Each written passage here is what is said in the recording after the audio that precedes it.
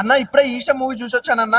Cinema చూసి రాగానే review చేయాలనిపించింది. Cinema చాలా చాలా బాగుందన్న. ఈషా మూవీ అన్నమాట నెక్స్ట్ లెవెల్ అంటారు కదా, నెక్స్ట్ లెవెల్ సినిమా అనమాట. మెయిన్ వచ్చేసేదంటే నేను చంద్రముఖి సినిమా చూసినప్పుడు ఎంత భయపడ్డానో ఆ అంతకు మించి భయపడ్డా భయ ఈషా మూవీ చూసాక. నిజంగా ఏంటంటే స్టార్టింగ్ నుంచి ఎండింగ్ వరకు కూడా ప్రతి సెకండ్ కూడా ఆ ఎగ్జైట్మెంట్ ఉంటుంది కదా, ఏం జరుగుతుందా ఏంటి అన్న ఎగ్జైట్మెంట్ మాత్రం చాలా బాగా ఎంజాయ్ చేస్తారు. ప్రతి ఒక్కరు కూడా చాలా మంది ఏంటంటే హర్రర్ సినిమాలు చూడడానికి చాలా ఇష్టపడతారు కదా, వాళ్ళందరికీ హర్రర్ సినిమా లవర్స్ మాత్రం ఒక మంచి సినిమా అనుకోవచ్చు.